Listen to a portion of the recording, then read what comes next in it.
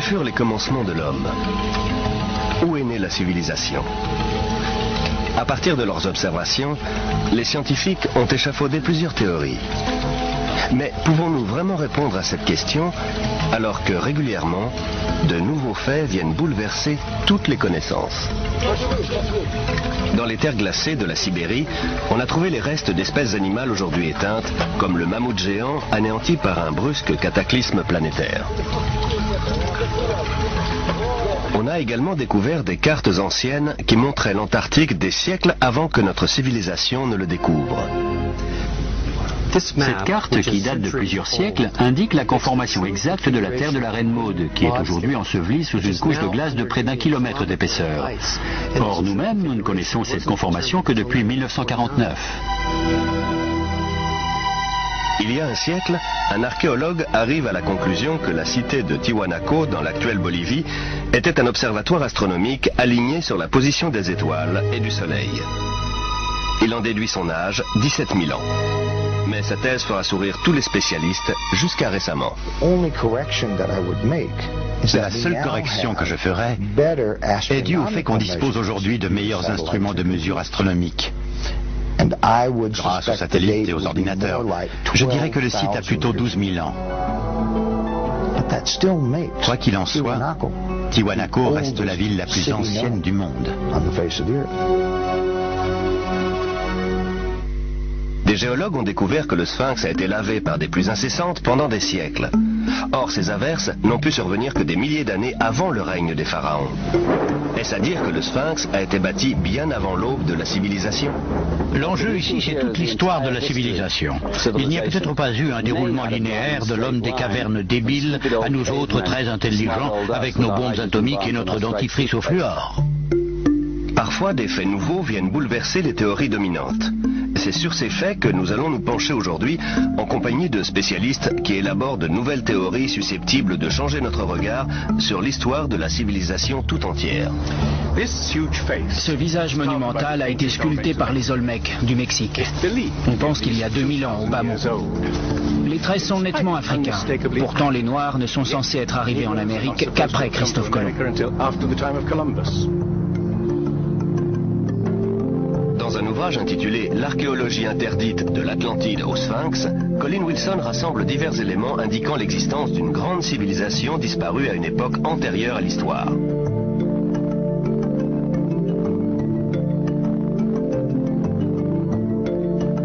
Au IVe siècle avant Jésus-Christ, Platon décrit avec précision une grande nation qui, d'après des prêtres égyptiens, aurait sillonné les océans des siècles plus tôt et aurait péri dans un immense cataclysme, une nation qu'il appelle l'Atlantide.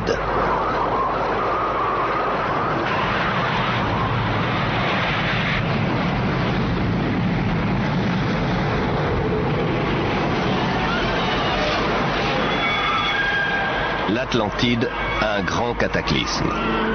Tout cela rappelle un autre grand mythe, le déluge biblique avec Noé et son arche. Un autre récit méprisé par les scientifiques.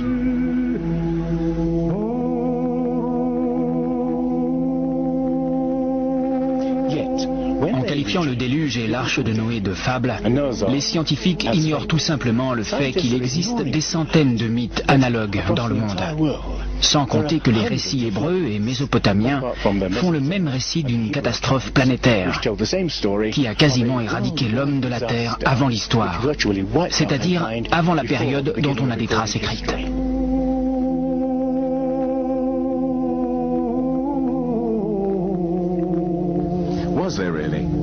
Y a-t-il vraiment eu un déluge?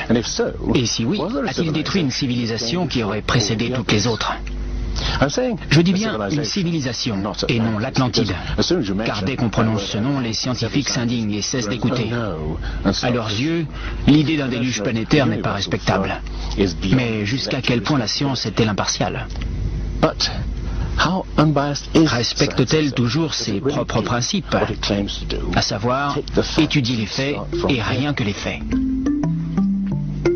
Depuis toujours, la science a tendance à attacher plus d'importance à ses propres théories qu'aux faits eux-mêmes. Les théories sont bâties sur des faits pour expliquer la réalité. Mais dans ce processus, d'autres faits sont mis de côté. Des faits nouveaux peuvent également faire évoluer les théories, mais on les ignore généralement. On appelle tous ces faits des anomalies, c'est-à-dire des phénomènes qui ne cadrent pas avec les théories. Dans un ouvrage controversé intitulé « L'histoire secrète de l'espèce humaine », Thomson et Crémeau montrent le sort réservé à ces faits qui osent contredire les théories dominantes. Au cours des 150 dernières années, les archéologues et anthropologues ont littéralement caché autant de faits qu'ils en ont mis à jour. On appelle ça le filtrage des connaissances. C'est une caractéristique fondamentale de la science et même de la nature humaine. L'homme a tendance à mettre de côté ce qui ne cadre pas. En matière de science, on s'aperçoit que les faits qui ne cadrent pas avec le paradigme admis sont souvent éliminés. On ne les enseigne pas, on n'en débat pas. Mais les personnes ayant fait des études scientifiques n'en entendent généralement pas parler. On a vu une belle démonstration de ce filtrage des connaissances lors des fouilles de Yatliko au Mexique en 1966. L'archéologue Gene Steen McIntyre menaçait alors de renverser la conception généralement admise selon laquelle l'homme est apparu assez tardivement dans la plupart des régions du globe, c'est-à-dire il y a quelques 30 000 ans en Sibérie et au plus tôt il y a 20 000 ans en Amérique. Au Mexique, Gene Steen McIntyre découvre des outils en pierre et des ossements humains qu'elle fait dater par plusieurs méthodes scientifiques. En 1966, on a découvert un site antique dont on a d'abord cru qu'il avait peut-être 20 000 ans. On trouvait ça déjà très ancien. Mais quand on a finalement obtenu les datations réalisées selon plusieurs méthodes, le site s'est révélé vieux de 250 000 ans. Pour être franche, un site de 20 000 ans m'aurait comblé. Ma carrière aurait été faite. Mais j'ai été naïve. Je m'en suis tenue aux datations. C'était les faits et je ne voulais pas m'en éloigner. Je n'ai pas compris que ça allait ruiner toute ma carrière. Depuis ce jour, toutes les portes du monde professionnel lui sont restées closes. Le site a été fermé avec interdiction définitive de reprendre les fouilles.